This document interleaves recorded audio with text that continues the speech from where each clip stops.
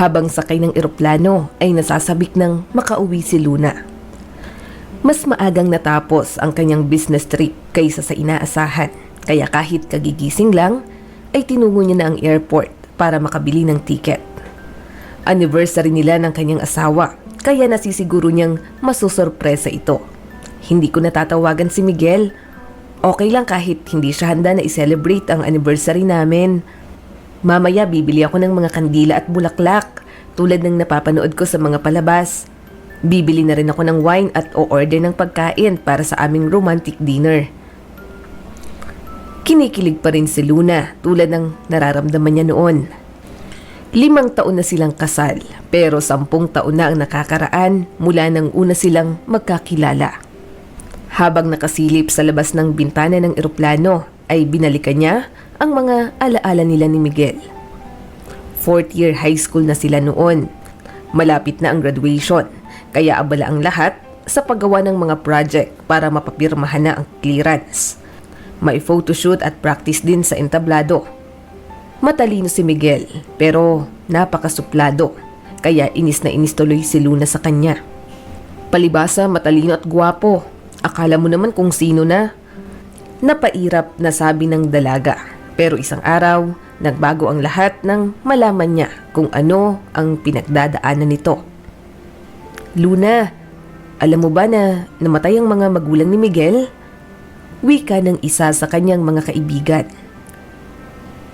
Nakatira siya ngayon sa bahay ng tita niya. Buti na lang, hindi siya nakasakay sa kotse nung araw na yun. Kundi, hindi na sana natin siya kasama ngayon. Balita ko pa nga, balak siyang dalhin sa bahay ampunan. Buti na lang, naawa yung tita niya. Nang araw na iyon, sa halip na inis ay awa ang naramdaman niya para kay Miguel. Nagpapanggap lamang pala itong suplado, pero ang totoo, malungkot siya at nag-iisa. Gusto ni Luna na mas makilala pa si Miguel at hindi niya naman iyon pinagsisihan dahil napakabait nito. Pagka-graduate sa high school ay nag-enroll sila sa parehong universidad. Naging magkasintahan sila habang magkasamang tinutupad ang kanilang pangarap. At sa ika-6 na taon nga ng kanilang relasyon ay napagpasyahan na nga nilang magpakasal. Bandang 4:00 na nang maglanding ang eroplano, kaya dali-dali siyang sumakay ng taxi para magpahatid sa supermarket malapit sa kanilang bahay. Di rin naman siya gaanong nagtagal doon dahil wine, kandila at bulaklak lamang ang kanyang binili.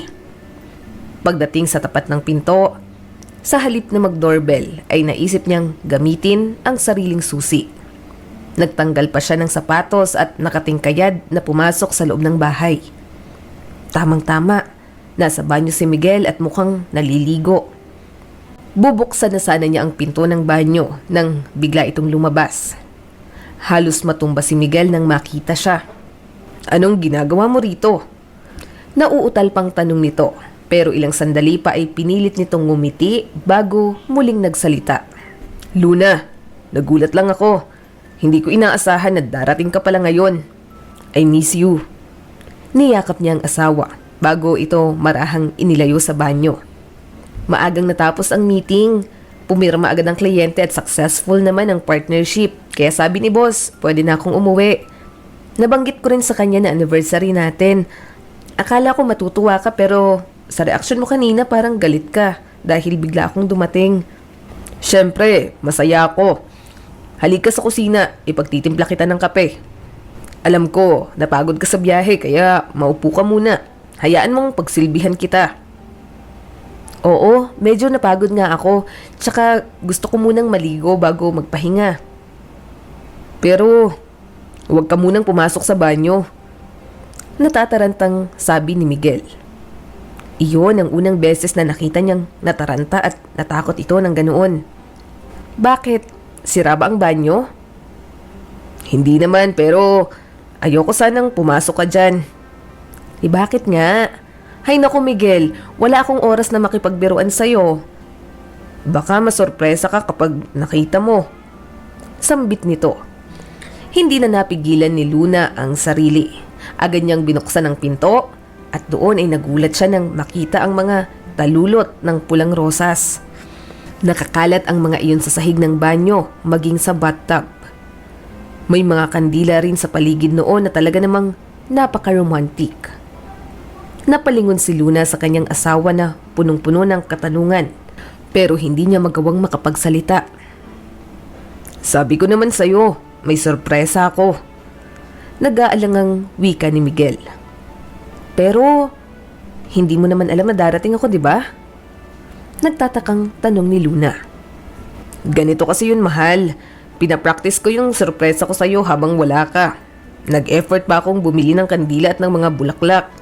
Gusto kong makita kung magagawa ko ba yung katulad nung sa mga napapanood natin." Pagdadahilan pa ni Miguel. "Alam mo, pareho talaga tayo ng iniisip. Sa totoo lang, bumili nga rin ako ng kandila at bulaklak." Nakangiting wika ni Luna bago niyakap ang asawa.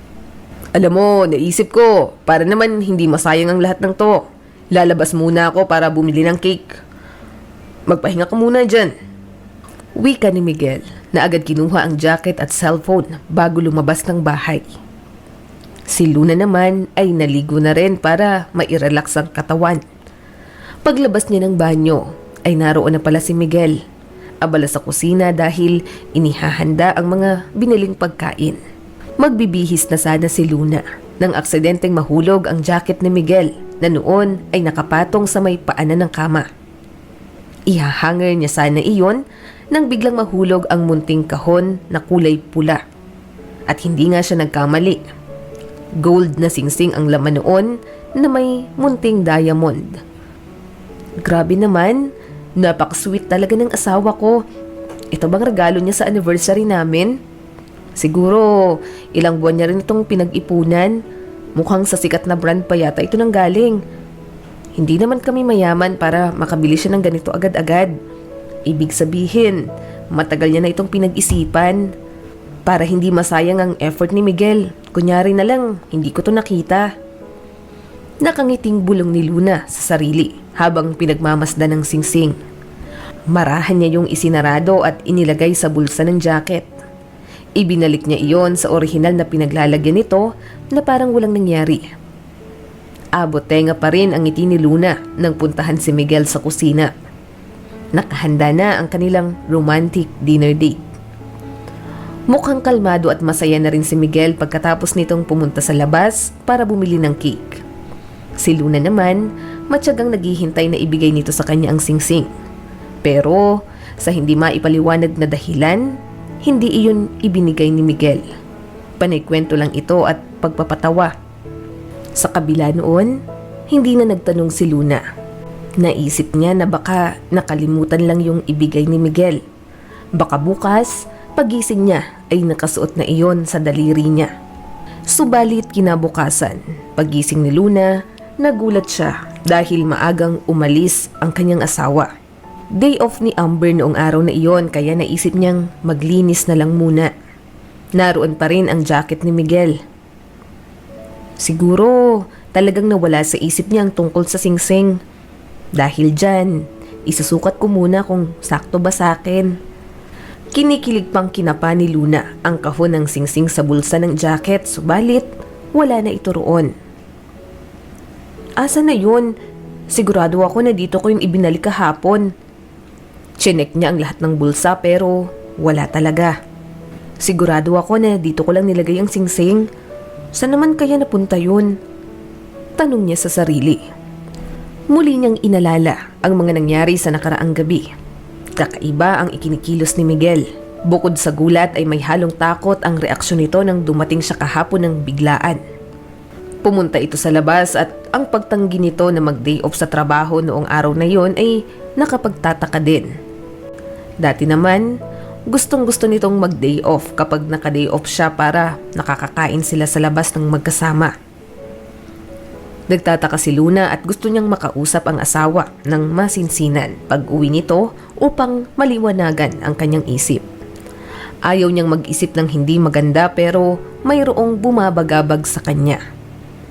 Kinagabihan, hindi niya makontak si Miguel. Late na itong nakauwi at nang tanungin niya kung ano ang nangyari ay nagpaliwanag naman ito. Nalubat raw ang kanyang cellphone dahil nakalimutan niyang mag-charge. Hindi na rin ito kumain ng hapunan dahil pagod raw siya at inaantok na. Ano kayang nangyayari kay Miguel? Tanong ni Luna sa sarili, ni hindi niya magawang makatulog sa kaiisip kung ano bang problema nito. Bakit parang umiiwas ito sa kanya?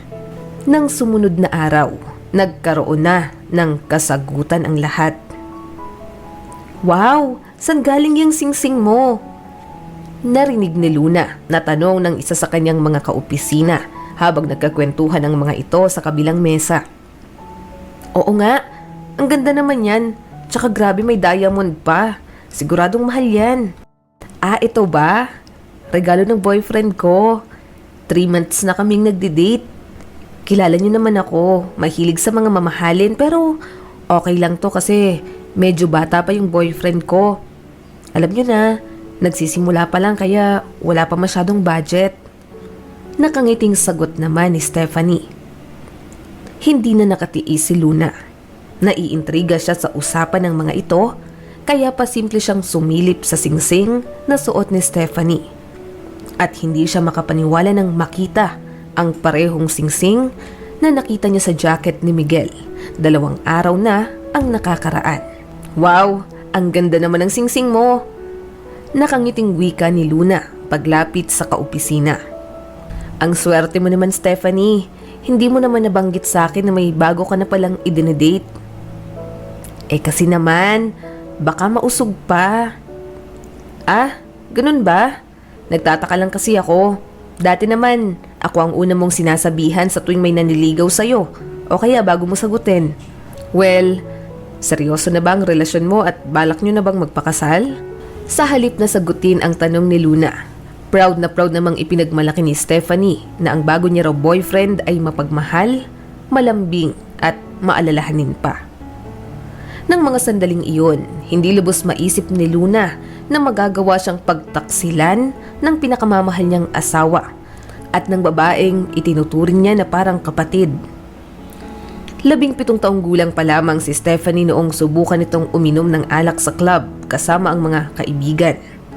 Si Luna naman ay kagagraduate lamang sa kolehiyo at nagse-celebrate sa parehong club kasama ang mga kaklase. Nang mapansin niya na mayroong lalaki ang umaaligid kay Stephanie na noon ay lasing na at nag-iisa sa sulok. Sinadya niya itong lapitan. Kanina ka pa ba dyan? Kailangan na nating umuwi at naghihintay na si Papa sa labas. Agad namang umalis ang lalaki matapos makita ang ilang kasama ni Luna. Sa takot, nakuyugin siya ng mga ito. Anong pinagsasasabi mo? Wala dito ang papa ko at aling kotse? Tanong naman ni Stephanie. Miss, alam mo ba kung saan ka uuwi para maihatid kita sa inyo? Tanong ni Luna. Pero nagsusuka at nahihilo na si Stephanie kaya hindi ito makausap ng maayos. Dahil roon, si Luna ang tumawag ng taxi at isinama niya na rin ito pauwi. Pinalitan niya ito ng damit at pinainom ng gamot para sa hangover. Sa kabila ng agwat ng kanilang edad, naging malapit silang magkaibigan. Para na silang magkapatid. Si Luna ang panganay kaya hanggat maaari ay gusto niyang protektahan si Stephanie at bigyan na rin ng payo. Negosyante ang tatay nito kaya laging wala sa bahay. Habang ang nanay niya naman ay laging abala sa pagpapaganda at pagsha-shopping. Dahilan para maramdaman ni Stephanie na nag-iisa lang siya sa buhay. Si Luna ang tumulong kay Stephanie upang makapag-enroll sa parehong universidad kung saan siya graduate. Maging sa mga project at may hirap na subject ay tinulungan niya ito. Noong magpakasal si Luna, si Stephanie ang kinuha niyang maid of honor. Naging malapit na rin si Stephanie, hindi lang kay Luna, kundi pati na rin sa buong pamilya nito. Kaya wala ng kaso kahit araw-araw pa siyang bumisita o matulog roon. Ngunit, ngayon ay sinira niya ang lahat ng iyon. Pagdating ng lunch break, nilapitan ni Luna ang kaibigan. Tiningnan niya ito sa mga mata bago kalmadong nagsalita. Alam mo, nakita ko ng singsing na to. Gusto mo bang sabihin sa akin ang lahat? Halatang nagulat si Stephanie pero nagpatay mali siya lamang ito. Ah, nakita mo ng singsing na to? Saan? Sa tindahan ng alahas? Hindi. Sa bulsa ng asawa ko. At anong sabi mo kanina? 3 buwan na kayong magkarelasyon? Kaya pala nitong mga nakaraang buwan, nagtataka ako kung bakit ako ang palaging pinapadala sa business trip sa halip na ikaw. Habang wala ako, ikaw at si Miguel ay nagpapakasaya? Mga traidor kayo. Luna, wala akong sasabihin at wala akong dapat na ipaliwanag sa'yo. Naiinis na sabi ni Stephanie. Napalitan ng galit ang kanina'y napakaamo nitong mukha. Kung may problema kayo ng asawa mo, huwag mo na akong idamay. Wika pa nito bago naglakad papalayo. Pinagmasdan lamang ni Luna si Stephanie. Napakasakit para sa kanya ang malaman na ang 2 tao na pinakamalapit sa puso niya ay magagawa siyang lokohin. Parang sinaksak siya ng paulit-ulit sa sobrang sakit ng ginawa ng mga ito. Hindi niya kayang umasta na parang walang nangyari. Kaysa umiyak sa opisina at makita ng lahat, ay napagpasyahan niyang umuwi na lang at mag-file ng leave ng ilang araw. Siguro, tinawagan ni Stephanie si Miguel para sabihing alam na ni Luna ang lahat. Kaya naman, pagdating ni Luna sa bahay ay naghihintay na si Miguel para magpaliwanag. Ibig sabihin, ang mga bulaklak, ang kandila at ang singsing na yun, hindi pala para sa akin? Miguel, hindi ko deserve na lokohin at saktan ng ganito. Ano bang nangyayari? Hindi ko alam na may problema pala tayo. Akala ko ba mahal mo ko? Talaga bang wala na? Tapos na tayo? Nangarap tayo na magkaroon ng anak, ng masayang pamilya. Tahimik lamang si Miguel. Inilabas nito ang yosi at sinindihan na iyon bago naglakad malapit sa bintana. Mahal mo ba si Stephanie? Sabihin mo nga sa akin, ano ba yung meron siya na wala ako? Ano ba yung kaya niyang ibigay na hindi ko kaya? Dahil ba mayaman ang tatay niya? Dahil sa pera nila? Bigyan mo ko ng dahilan, Miguel. Ngunit nanatili itong tahimik. Hindi na kinaya ni Luna ang sama ng loob at hinanakit, kaya naman binalayas niya si Miguel.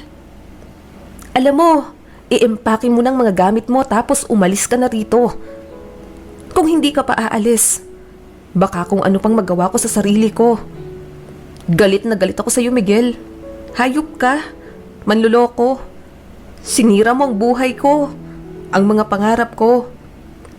Sinaktan mo ang buo kong pagkatao. Nagmamakaawa ako. Umalis ka na dahil baka ngayong araw na to, isa sa atin ang mamamatay. Humagulgol si Luna habang naglulupasay sa sahig, habang si Miguel naman ay inumpisahan ng iempake ang mga gamit. May isang pagkakataon na sinubukan niyang pakalmahin at yakapin si Luna, pero lalo lamang itong nagalit. Umalis ka na. Wag mo kong hahawakan. Nandidiri ako sa'yo. Sigaw ni Luna. Kinuha ni Miguel ang kanyang bag at jacket. Nilingon niya pa ito bago tuluyang lisanin ang bahay na iyon. Nang masigurong nakaalis na si Miguel ay nahiga si Luna sa kama. Isinubsob niya ang ulo sa unan bago ipinagpatuloy ang pag-iyak. Para siyang baliw at hindi alam kung ano ang susunod na gagawin. Parang ayaw niya nang mabuhay. Si Miguel na ang naging buhay niya. Ibinigay niya ang lahat. Ang lalaking pinangarap niyang maging tatay ng kanilang magiging mga anak. Ang lalaking inakala niyang makakasama niya hanggang sa pagtanda. Dahil sa mga nangyari ay hindi niya magawang pumasok sa trabaho.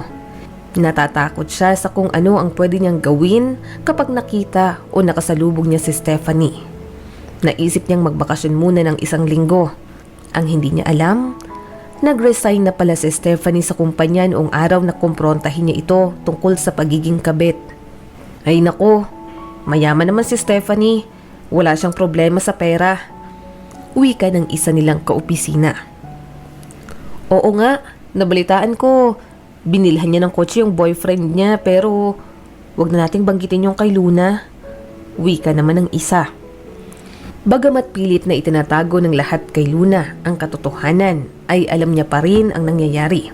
lalo na't nakafollow siya sa social media account ng mga ito gamit ang ibang pangalan. Minsan, nakita niya si Stephanie at Miguel na dumaan sa opisina upang kunin ang naiwang dokumento. Mukha namang normal at okay si Miguel. Ano kayang nagustuhan niya kay Stephanie? Minsang wika ng isang empleyado. Oo nga, matalino si Luna. Maganda, mabait, may trabaho. Sa pagkakaalam ko, high school pa lang magkakilala na sila. Kaya baka nagsawa. Alam mo naman, may mga tao talagang hindi marunong makontento. Nagkomento rin ang matandang empleyado. Ganyan din ang asawa ko. Iniwan ako at ipinagpalit sa kapitbahay pa namin. Kinwestiyon ko rin ang sarili ko noon. Di hamak naman na mas masarap akong magluto kaysa sa babae na yun. Mas bata rin ako ng 5 taon at hindi rin naman maganda yung ipinalit niya sa akin. Yun nga lang, nagsawa na siguro kaya humanap ng iba. Ganun naman, kung sino yung mabait at nagmahal, sila pa itong nasasaktan at iniiwanan. Di rin natin alam kung anong nasa isip niyang si Miguel. Posibleng gusto niya agad yumaman. Alam niyo naman, mapera yung pamilya ni Stephanie. Sa totoo lang, kung ako dyan kay Luna, maghihintay-hintay muna ako bago mag-file ng annulment. Baka sakaling mauntog yung si Miguel at magbago pa yung isip. Ang tagal na nilang kasal, sayang lang at wala silang anak.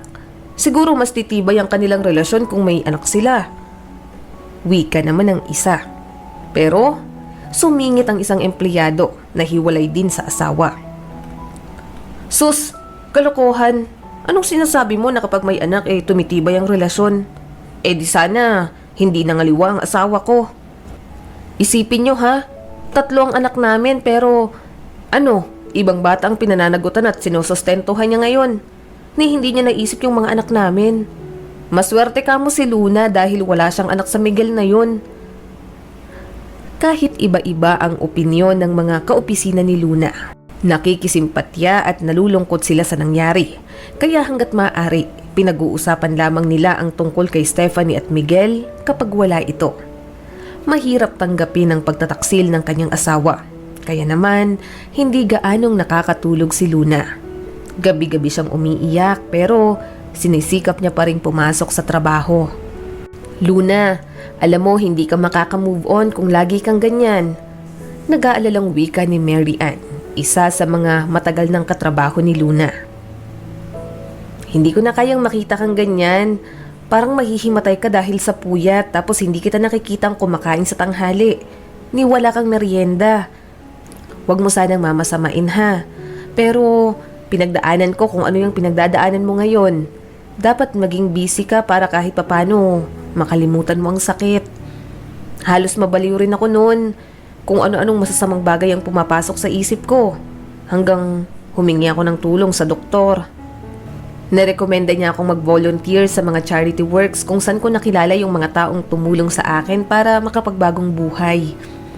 Ilang beses kaming nagkikita sa loob ng 1 linggo para pumunta sa mga bahay ampunan o sa mga nursing home para pasahin ng mga matatanda at magdala ng pagkain tapos maglinis na rin. Minsan, namimigay kami ng tulong sa lansangan at sa may hirap na pamilya na may maraming anak. Masaya at mabuti ang mga taong nakakasama ko. Mga taong kailangan mo rin sigurong makasama sa sitwasyon mo ngayon. Ngumiti si Luna. Ilang araw niyang pinag-isipan ang sinabi ni Mary Ann bago siya pumayag. At makalipas lamang ang 2 linggo, napagtanto niya na tama ang napili niyang desisyon. Dahil sa ginagawa niyang pagtulong sa mga taong mas nangangailangan, ay nakakalimutan niya ang sariling problema. Napagtanto niyang maliit lang ang problemang kinakaharap niya kumpara sa mga tao na kanyang nakikilala at nakakasalamuha sa bawat araw na siya ay nagvo-volunteer. Di nagtagal, napagtanto ni Luna na siguro si Miguel at Stephanie talaga ang itinadhana para sa isa't isa dahil pareho silang manloloko. Nagpapasalamat na lang din siya dahil gumawa ang tadhana ng paraan para mabuking niya ang pagtataksil ng mga ito. Kaya sa halip na malungkot ay nagpapasalamat siya dahil nawala ang mga taong hindi mapagkakatiwalaan. Naging magkaibigan si Mary Ann at Luna. Magkasama silang nagvo-volunteer. Nagbibigay ng pagkain sa mga nagugutom sa lansangan. Nagbibigay ng gamot, damit at ng kung ano-ano pa. Isang araw, nangyari ang isang bagay na magpapabago pala sa buhay ni Luna. Habang tumutulong sila sa mga pulubi ay napansin niya ang batang lalaki na nasa 7 taong gulang pa lamang. Luma na ang damit nito at mukhang nagugutom na. "Nakita mo na ba siya dati?" tanong niya kay Mary Ann. Ngayon ko lang yan nakita. Madalas yung mga ganyan galing sa magulong pamilya, napapabayaan ng magulang." "Ganun ba? Mukhang natatakam na yung bata sa pagkain pero nahihiya sigurong magsabi. Baka tumakas lang yan sa kanila o baka naligaw lang dito." Wika ni Luna. Kumuha siya ng pagkain bago nilapitan ang bata. Hello? Hello? Ako si Luna. Ikaw, anong pangalan mo?" Nakangiting tanong niya rito. "Ako po si Ian." "Ian? Nagugutom ka na ba? Heto ang pagkain para sa'yo." "Sabi ng lola ko, wag daw akong tatanggap ng pagkain o kahit na ano mula sa estranghero." "Tama naman ang lola mo. Kaya lang, hindi naman ako estranghero. Kilala ako ng mga tao dito. Di ba, Tatay Ben?" Wika ni Luna bago nilingon ang matandang lalaki na noon ay humihigop ng mainit na sabaw. "Iho, huwag kang matakot kay Luna. Mabait ang mga tao rito at hindi ka nila sasaktan. Kaya huwag ka nang mahiya. Kumain ka na." "Sana po, madalhan ko din si Lola ng pagkain." Sambit ni Ian habang ngumunguya. "Nagugutom rin bang lola mo? May sakit ba siya?" Nag-aalalang tanong ni Luna. Gusto niyang malaman kung ano ang sitwasyon ng batang lalaki at ng lola nito. Nang sa gayon ay alam niya kung papaano ito matutulungan. Kahit nahihiya at natatakot, nagawang ikwento ni Ian kung ano ang nangyari sa kanila. Ayon rito, kamamatay lang ng kanyang ina dahil matagal na raw itong may sakit. Ang hinala ni Luna ay cancer iyon. Nang mamatay ang nanay ni Ian, ang lola niya ang kumupkup sa kanya. Ngunit nagkasakit rin ito at hindi magawang bumangon. Dahilan para mapabayaan niya ang sarili, pati na rin ang batang lalaki. Wala naman silang ibang kamag-anak na pwedeng tumulong. Nung una ay tumulong naman ang kanilang kapitbahay, kaya lang ay umalis na rin ito sa kanilang lugar. Kaya naiwan ang maglola na walang kapera-pera at pagkain. "Pumunta po ako rito para mamalimos tulad ng ibang tao hanggang nakita kong may namimigay ng pagkain kaya lumapit ako." Wika pa ng bata. "Mary Ann, okay lang ba kung pumunta ako sa bahay ni na Ian? Kaya mo ba rito kahit wala ako?" tanong ni Luna. "Oo naman. Sige na, pumunta ka na doon. Balitaan mo na lang ako mamaya." Dali-daling umalis si Luna, dala ang isang supot ng pagkain. Naglakad sila ni Ian hanggang marating ang isang maliit na bahay. May kalumaan na iyon pero maayos naman. Pagpasok sa loob, halatang matagal nang hindi nalilinisan. Maraming libro sa cabinet pero maalikabok iyon. Sabi ni Lola, mahilig raw magbasa si Mama. Tapos ayan naman po yung mga libro ko pero hindi ko na nababasa ngayon. Wika ni Ian habang nakaturo sa ibabang bahagi ng cabinet. Pagpasok sa kwarto ay doon nakaratay ang lola ni Ian. Nang makita nito na may bisita ay sinubukan pang bumangon pero hindi na talaga kaya ng kanyang katawan. May sinasabi pa ito pero parang hangin lang ang lumalabas sa kanyang bibig. "Lola, wag po kayong mag-alala. Nandito ako para tulungan kayo ni Ian. May dala kaming pagkain para sa inyo." Tumango-tango ang matanda kasabay ng pagtulo ng kanyang mga luha. Muli nitong ibinuka ang bibig kaya inilapit ni Ian ang tainga para maintindihan ito. "Sabi po ni Lola, nahihiya siya sa inyo dahil hindi niya magawang bumangon at asikasuhin ang bisita." "Lola, okay lang po. Kayo ngang inaalala ko." Tinulungan ni Luna na ibangon ang matanda bago sinubuan ng pagkain. Matapos noon ay nilinisan niya ang kwarto nito at ilang parte ng bahay. "Alam niyo po, natatakot akong dalhin sa bahay ampunan. Marami nang pumunta dito para kunin ako kahit wala pang sakit si Lola. Kaya lang hindi nila ako nakuha. Pero ngayong may sakit si Lola, hindi ko alam kung anong gagawin ko. Wala na ba kayong ibang kamag-anak? Sabi ni Lola meron daw. Ang tatay ko. Kaya lang, hindi ko naman siya kilala. Muling nagsalita ang matandang babae, kaya muling lumapit si Ian para maintindihan iyon. Sabi ni Lola, may picture daw si Papa sa photo album. Baka pwede mo kaming tulungan na hanapin siya. Sandali lang, kukunin ko lang po. Heto po yung larawan ng tatay ko. Wika ni Ian. Doon nakita ni Luna ang magandang babae at gwapong lalaki sa tabing dagat. Mukhang masaya at nagmamahalan ang mga ito. Sabi ni Mama noong nabubuhay pa siya na taga ibang bayan daw si Papa. Ganun ba? Gusto mo bang hanapin namin siya para sa'yo? Tanong ni Luna sa batang lalaki.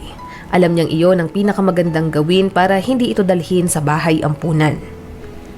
Pero baka ayaw po ng tatay ko sa akin dahil hindi naman siya pumupunta sa birthday ko. Iyan, tawag ng lola nito. Agad naman lumapit ang bata, pati na rin si Luna. Alam ko kung ano ang pangalan ng tatay ni Ian. Kaya sana ay mahanap niyo siya para kung sakaling may mangyari sa akin. Ayaw kong mapunta sa bahay ampunan ng aking apo.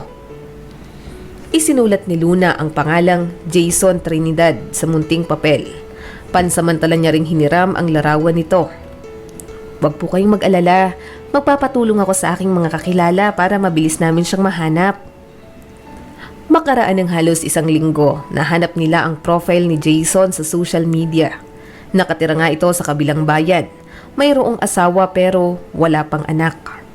Base sa mga larawan ng lalaking yan, maayos ang buhay niya. Wika ni Mary Ann habang nakaharap sa laptop. Mula roon ay nakikita niya ang picture ni Jason habang nasa mamahaling resort, nakasakay sa sports car at kumakain sa sikat na restaurant. Ganon din yung asawa niya. Maganda ang postura at halatang mayaman. Dugtong pa ni Mary Ann. Alam mo, Mary Ann, sa totoo lang wala akong pakialam sa asawa niya. Ang iniisip ko ngayon, paano natin makakausap si Jason? Maniniwala kaya siya kapag sinabi natin yung tungkol kay Ian? Napabuntong hiningang wika ni Luna. Tama ka. Kailangan nating kumilo sa lalong madaling panahon bago padalhin ang kawawang bata sa ampunan. Sa tulong ng ilang kakilala ay nahanap nila ang address ni Jason. Kaya lang, mag-isang pumunta si Luna dahil ipinadala sa business trip si Mary Ann noong araw na iyon. Luna, hintayin mo na lang kaya akong makabalik para magkasama tayong pumunta doon. Ano ka ba, Mary Ann? Kaya ko na to. Babalitaan na lang kita pagbalik mo. Nang marating ni Luna ang mansyon ay tulad nga ito nang nakita nila sa larawan nito sa social media. Hindi niya inaasahan na mas malaki pala iyon sa personal. Mataas ang bakod at maraming nakapalibot na CCTV camera. Huminga muna siya ng malalim bago pindutin ang doorbell. May sumilip na kasambahay mula roon. Sino po kayo at anong kailangan nyo? Ako si Luna at nandito ako para makausap si Mr. Jason Trinidad. Importante lang, pakisabi, tungkol kay Rosaria. Sandali lang, tatawagan ko lang siya. Wika nito bago idinayal ang numero sa telepono. Ilang sandali pa ay lumabas ang napakagwapong lalaki. Lumapit ito pero hindi lumabas ng gate. Matagal na akong walang balita kay Rosaria. Anong pakay mo sa akin? Tanong ni Jason. Alam mo ba na mayroon kayong anak? Anak? Anong ibig mong sabihin? Hindi makapaniwalang tanong nito. Oo, may anak kayo. Iyan ang kanyang pangalan at magpipitong taong gulang na siya ngayon. Ikaw ba ang lalaki sa larawang ito? Sabi ni Ian, ito raw ang tatay niya. Iyon ang sabi ng kanyang ina bago ito pumanaw. 6 na buwan ang nakakaraan. Ano? Namatay na si Rosaria? Sandali lang, miss. Sinasabi mo ba na mayroon siyang anak na magpipitong taong gulang na? Mga anong buwan ipinanganak ang bata? Magsasalita pa sana si Jason nang marinig nila ang boses ng isang babae. At anong nangyayari dito? Mataray na wika ni Lilibeth, ang asawa ni Jason, mula sa pintuan ng bahay. Nakita niya pala sa monitor ng CCTV na mayroong kausap ang kanyang asawa. Kaya dali-dali itong lumabas para malaman kung ano ang nangyayari. Halatang mas matanda ito kaysa kay Jason. "Lilibeth, ako ang pakay niya." "Oo, alam ko naman. Pero anong kailangan niya sa'yo? Huwag kang magpapautos sa mga babaeng tulad niya." "Tapos na kaming mag-usap, kaya bumalik ka na sa loob." Seryosong sabi ni Jason. Pasimple itong kumuha ng business card at iniabot kay Luna nang hindi napapansin ni Lilibeth. "Miss, tawagan mo na lang ako." Pabulong na sabi pa nito. "Pasensya na miss, pero hindi ako interesado sa mga sinasabi mo." Malakas at seryosong wika ni Jason para marinig iyon ng kanyang asawa. Naiintindihan ni Luna na ayaw ni Jason na malaman nito ang kanilang pinag-uusapan, kaya agad siyang umalis. Tinungo niya ang malapit na coffee shop bago i-text ang numero ni Jason. Makaraan ng 30 minuto ay dumating naman ito.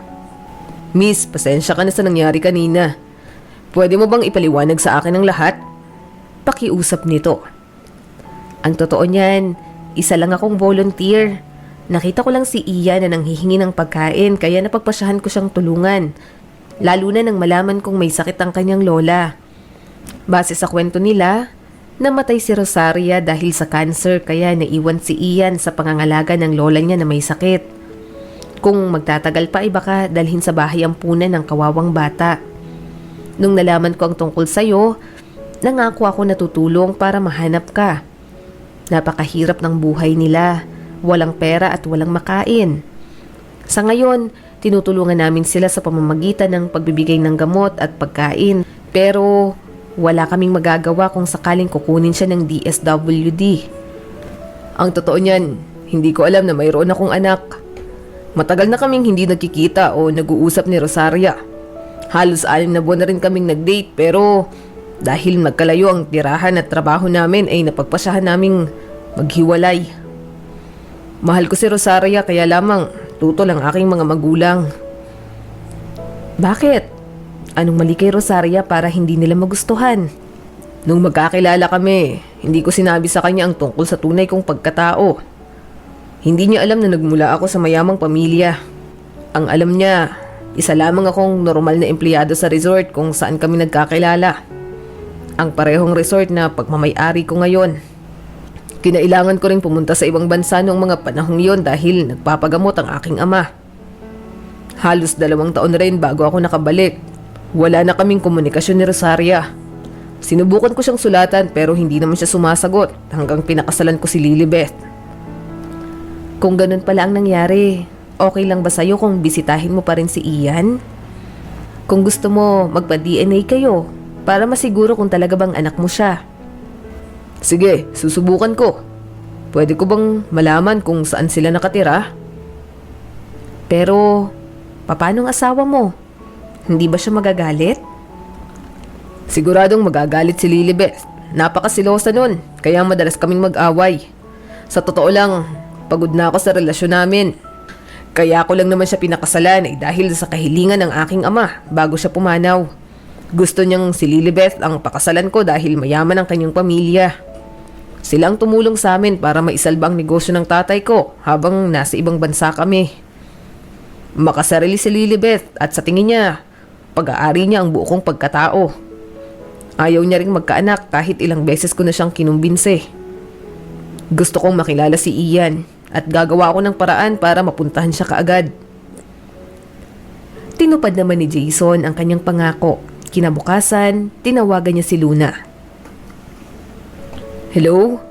Busy ka ba ngayon? Magbabaka sakali sana ako kung pwede mo kong samahan. Baka kasi matakot si Ian kapag nakita niya ako." Pumayag naman si Luna. Natuwa siya nang makitang may dalang pagkain at regalo si Jason para sa anak nito. Noong buksan ng batang lalaki ang pinto ay nagulat ito at hindi makapaniwala nang makita ang pamilyar na mukha. "Ian, huwag kang matakot. Siya si Jason." "Siya ba ang papa ko?" "Oo anak, ako ang papa mo. Hindi ko na kailangang magpa-DNA. Hindi maikakaila dahil kamukhang kamukha kita nung bata pa ako. Naluluhang wika ni Jason bago mahigpit na niyakap si Ian. Naluluhang wika ni Jason bago mahigpit na niyakap ang kanyang anak. Nagpakilala rin si Jason sa lola ni Ian na noon ay bumubuti na rin ang pakiramdam matapos bisitahin ng doktor at maresetahan ng gamot sa tulong na rin ni Luna at Mary Ann. Habang nag-uusap ang matandang babae at si Jason, si Luna naman ay masinsinang kinausap si Ian. Si Luna naman ay masinsinang kinausap si Ian. Ian, ganito kasi yon. Baka hindi ka muna maisama ng papa mo sa bahay nila. Siguro, bibisita siya dito palagi para makita at makalaro ka. Okay lang ba yun sa'yo? Oo naman po. Tsaka, hindi ko rin iiwanan si Lola. O sige, dapat good boy ka lang ha. Huwag ka nang aalis ng mag-isa lalo na ngayon. May mga pagkain na kayo dito sa bahay. Tsaka marami ka na ring laruan. Nakangiting wika ni Luna. Mula noong araw na iyon, madalas ang ginawang pagbisita ni Jason. May mga pagkakataon na isinasama niya si Ian sa parke o kaya naman ay sa mall para makapag-banding silang mag-ama. Mabait po si Ma'am Luna. Miss ko na nga po siya eh. Minsang sabi ni Ian. Hindi na kasi madalas dumalaw si Luna dahil bumalik na sa normal ang buhay nito. Abala na sa trabaho at madalas ay mayroong business trip. Gusto ko rin si Luna. Pag-amin naman ni Jason. Napakabait niya at maaasahan. Nakangiting wika pa nito. Tama po kayo. Kung hindi dahil sa kanya, hindi tayo magkikita. Baka hindi na ipagamot si Lola hanggang ngayon kung di niya kami tinulungan. Minsan ay iniimbitahan ni Jonas si Luna na kumain sa labas kasama si Ian. Naging masaya iyon na para bang isa silang pamilya. Napagkasunduan rin nilang magkita tuwing Sabado o Linggo para samahan si Ian sa pamamasyal. Sa patuloy nilang pagkikita ay hindi na malaya ni Jason at Luna na nahuhulog na pala sila sa isa't isa. Si Ian ang naging dahilan sa palagian nilang paglabas. Mary Ann, alam mo, pakiramdam ko, in love na yata ako kay Jason. Kaya lang, alam kong mali dahil mayroon siyang asawa. Ayaw kong makasira ng pamilya. Alam ko ang pakiramdam ng lokohin tulad ng ginawa sa akin ni Stephanie at Miguel noon. Alam ba ni Jason na mahal mo siya? Siyempre hindi at wala rin akong balak na ipaalam sa kanya. Mabilis na lumipas ang isang taon. Tuluyan ang napawalang bisa ang kasal nila ni Miguel pagkatapos ng mahabang proseso. Naka-move on na si Luna kahit papaano sa mga nangyari kaya hindi na siya apektado kung makita niyang magkasama si Stephanie at Miguel. Si Lilibeth naman ay nag-file na rin ng annulment matapos malaman ang tungkol kay Ian at sa lola nito. Dahil hindi niya matanggap na may anak si Jason sa labas ay pinapili niya ito kung siya ba o ang anak nito sa pag-aakalang siya ang pipiliin. Kaya naman, nang piliin nito si Ian ay nakipaghiwalay siya sa sobrang galit. Napunta rin sa kanya ang kalahati ng ari-arian at negosyo ni Jason. Mula noon, magkasama ng nagvo-volunteer si Luna at Jason. Sinimulan na rin ni Jason ang panliligaw pero hindi naman daw siya nagmamadali. Alam niyang mahirap para kay Luna ang magtiwala, lalo na sa naranasan nito sa dating karelasyon. Wala siyang kaalam-alam na matagal na rin pala siyang gusto nito. Ang akala niya, dahil lamang kay Ian kaya ito pumapayag na sumama sa kanila. Luna, kailan mo ba balak sagutin si Jason? Mary Ann, hindi ko pa alam. Siguro kapag na-finalize na yung annulment nila ni Lilibeth. Alam mo, gusto ko naman talaga si Jason. Kaya lang syempre, natatakot ako. Bakit ka naman matatakot eh? Mahal na mahal kita, Luna. Wika ng pamilyar na boses mula sa kanilang likuran. Kanina pa pala nakikinig si Jason sa usapan ng magkaibigan. Luna, matagal na rin kitang gusto. Hindi ko lang masabi dahil natatakot akong layuan mo ako. Huwag kang mag-alala. Malapit nang ma-finalize ang annulment namin ni Lilibeth. Lalo na ngayon, nabalitaan kong may bago siyang pakakasalan. Lumipas pa ang kalahating taon. Ikinasal na si Luna at Jason. Kasama nila sa malaking bahay si Ian at ang lolo nito at wala namang naging problema. Nang malaman ni Luna na siya ay buntis, walang mapaglagyan ng tuwa ang mag-asawa. Sa wakas, nabiyayaan sila ng anak.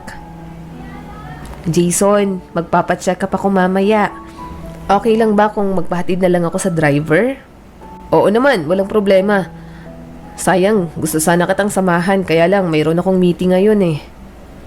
Pagdating sa ospital, habang hinihintay na tawagin ng doktor ay nagulat si Luna nang lumabas ang pasyente na nauna sa kanya.